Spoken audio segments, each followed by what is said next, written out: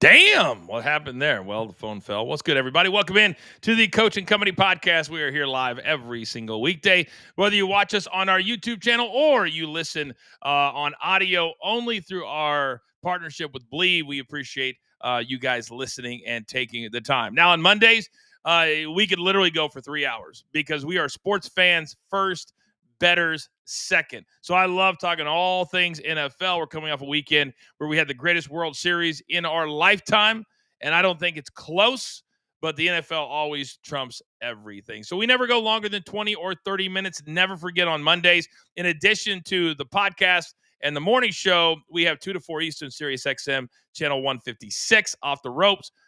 Coach and Bro at 5 p.m. Eastern time, and then the Monday Night Grind at 7 p.m. Eastern time tonight. Cardinals and the Cowboys to close out week number 9 in the National Football League. Now, part of that crew tonight joins me right now from SureDog USA, my man Mikey P, who last night on the live show, I believe you went 3-1-1 on your Sunday night plays, yes?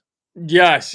I, as someone who did not believe in Sam Darnold or thought JSN's receiving numbers were too high, yeah, they both proved me wrong. But we still cashed tickets on Sunday Night Football. It was a good game until it wasn't, which was about the second quarter. So great performance from the Seahawks. Commanders' defense was atrocious, and what do you call him? JS? What's his shortened? JSN. JSN, that's right. JSN. That dude is unguardable. Like he the way they position him, absolute genius offensive coordinating. They put him in the backfield and then he's running out. He gets like a 3-yard start and they can't stay with him. I've never seen a wide receiver used like that. Have you?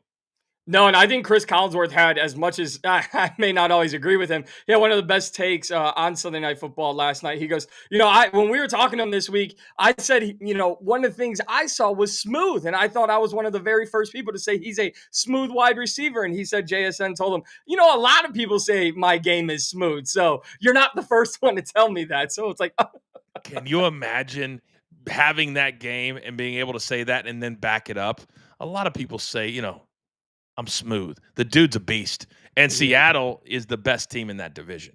They are. And Sam Darnold, I just hope, Mikey, that we don't get to week 13 or 14 and what happened last year happens this year. He was flowing.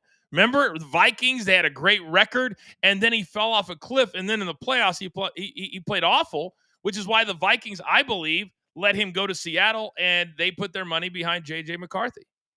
Yeah, for me, we're getting to that point in the NFL season where a lot of these hot starts were great. They're very fun stories. Baker Mayfield, Daniel Jones, Sam Darnold.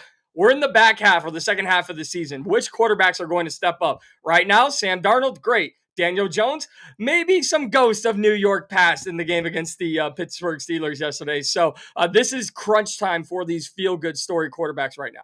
Yeah, we'll get to that game in a couple of minutes. So if you're new to our podcast, we go around 20 or 30 minutes. And on Mondays, we tackle 3 or 4 of the biggest topics from the weekend in football. And obviously, the game of the week was the Chiefs and the Bills. And I'll be honest, as a Chiefs fan, I didn't feel like that we were going to win that game.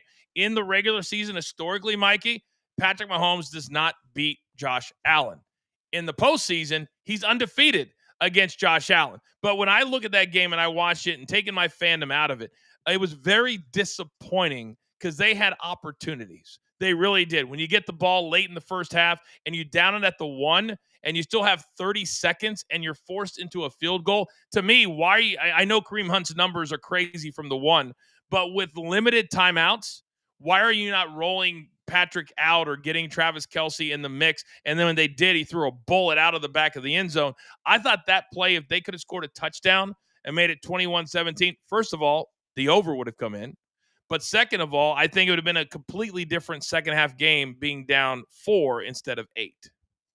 I absolutely agree. I think the dangerous part of the Kansas City Chiefs came up to me at the end of the game. Even though they didn't score and tie the game up, Mahomes, with 20 seconds to go, rolls out right, hits a bullet pass for 25 yards. And it's like that quickly, the Chiefs offense can turn it on no matter the score. So it is a little infuriating, Chiefs fan or not, when you see an offense that can go that quickly struggle throughout the game as they did against Buffalo. But for me, I'm going to say it until I am blue in the face. Josh Allen is the best player on the Buffalo Bills.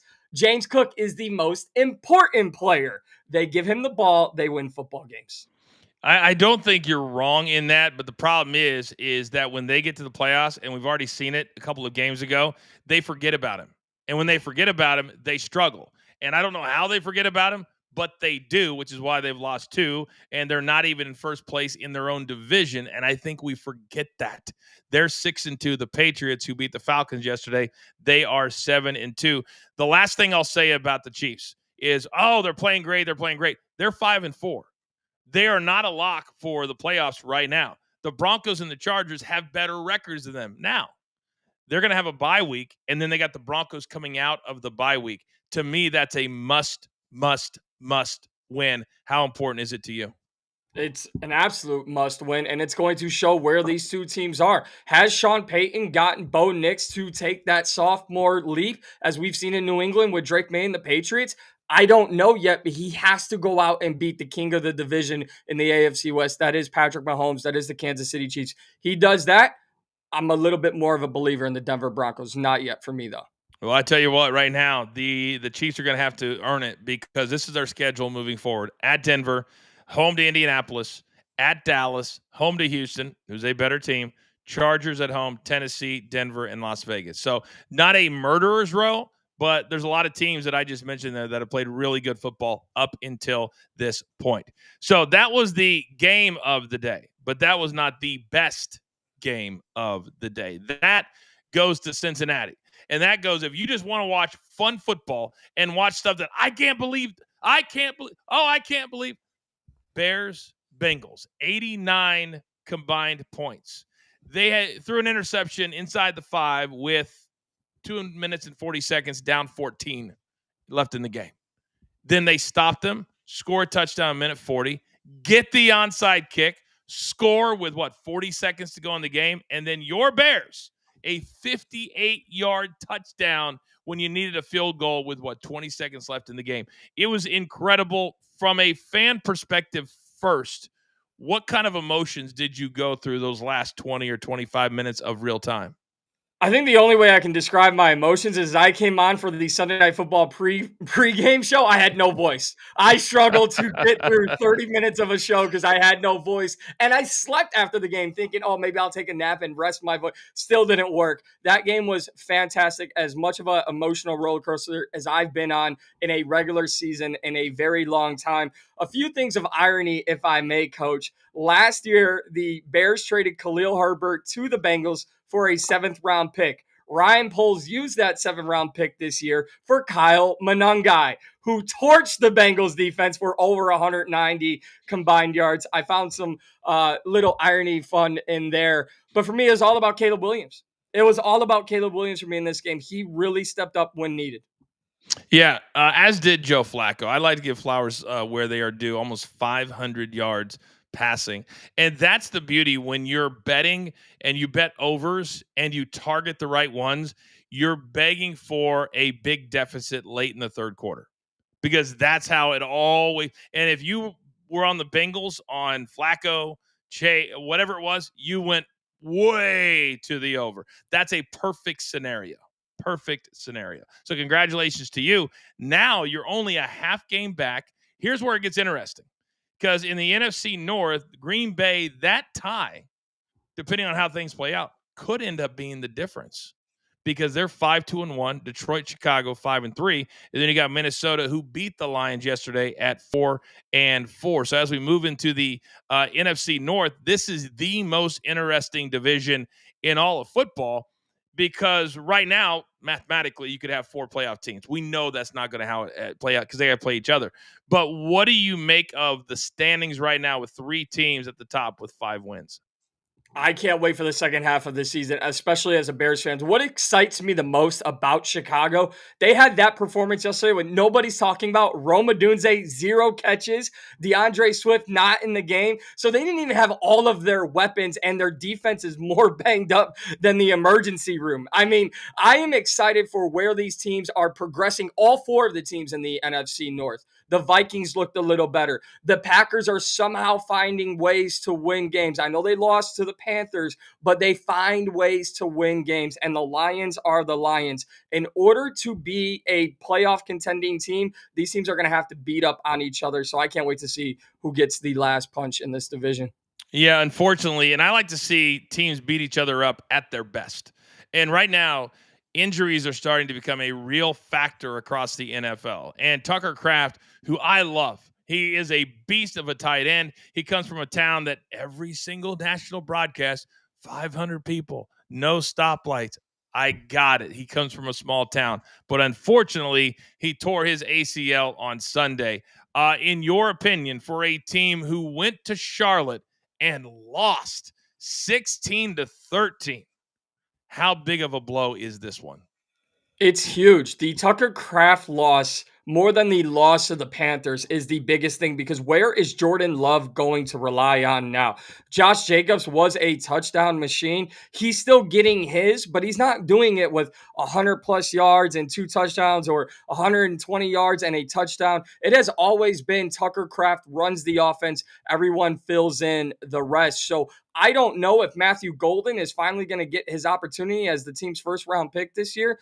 Jordan Love is going to have to put this entire offense on his back in order for the Packers to have a fighting chance moving forward.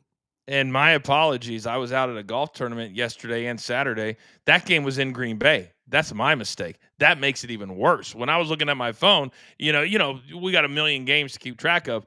But the fact that at home, can you imagine the boos in that stadium when they were walking out? And Matthew Golden, 2 catches, 9 yards. Romeo Dobbs, 7 for 91. Josh Jacobs, 17 for 87. He completed passes to 1, 2, 3, 4, 5, 6, 7, 8, 9, 10 different receivers. So at least he knows their names and their numbers. But my goodness. Then on the other side, when you're Detroit, Dan Campbell is incredibly entertaining to me on a good way and on a frustrating way because the way he coaches and the things that he does are not conventional, but his players love him. But they went out yesterday and flat out got beat by the Vikings at home, 27-24. Dan Campbell really didn't do a lot out of the ordinary. They just could not complete passes when they needed to. How big of a win for the Vikings, who are now 4-4, but for J.J. McCarthy specifically? This has to be the biggest game of his young career. Not only do you beat the Detroit Lions, you beat them on the road, you beat them coming off a bye, and you beat them when everyone, including yours truly, had no hope or optimism about J.J. McCarthy. I really thought they would stick with Carson Wentz if he had been healthy over J.J. McCarthy. You showed up in this game, and in a game where you took 5 sacks, J.J. McCarthy still rose to the occasion, still led your team to victory. I think all is well for the young quarterback right now. And when you look at it, and specifically, because to me, this is the one team that's an outlier. But because they play in the NFC North, be like, oh, well, let's remember, they had a first-place team last year. So the other teams in this division get the break of not playing a first-place schedule. Thank you, Sam Darnold, because now Baltimore, Chicago, Green Bay, Seattle, Washington, Dallas, the Giants, because they're playing the NFC East, Detroit, and Green Bay. Can we all just wish a fond farewell to the Vikings this year? Because that right there, and their bye week was week 6, Mikey. So they've already had their bye week. That is what you call a murderer's row. It is. And the way the NFL always gives us the greatest narratives, I can see it, Coach. I'm not even going to close my eyes because I can see it. Sam Darnold in a Seattle Seahawks uniform, Vikings on the fringe. Sam Darnold, who had an amazing game against the Commanders. Oh, just a perfect showing against Kevin O'Connell to bury them one last time. And it's going to be in Seattle, too. So interesting there. All right, one final game, and then we'll get the hell out of here. Don't forget, tonight, me, Mikey, Raphael, Big Tommy C, we've got the Monday Night Grind at 7 p.m. Eastern Time on our YouTube channel and on socials as well. The Steelers, all week, the narrative was the Ravens, the betting favorite, but yet they were 2 games back of the Steelers, but they still play Pittsburgh twice, Mikey, yet to come. That's the whole reason the number is where it is. And a lot of people, I believe, felt like the Steelers were going to get rolled by the Indianapolis Colts, only had 1 loss heading into yesterday. The Steelers dominated that game. Yeah, the score got a little closer at the end, but that always happens when you have a 17-point game late in the fourth quarter. For Aaron Rodgers to lead his team to this win on this week, I thought was a really, really big deal and a big confidence boost for them.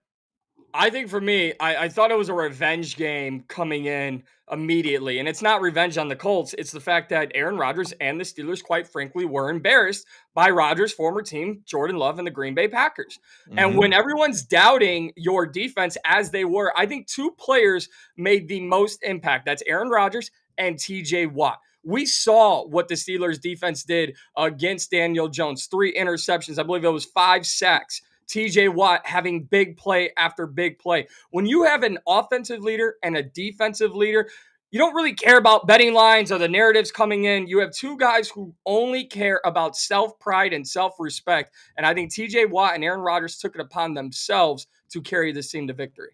So let's quickly look at it. 5-3 is the lead in their division right now. The Ravens are 3-5.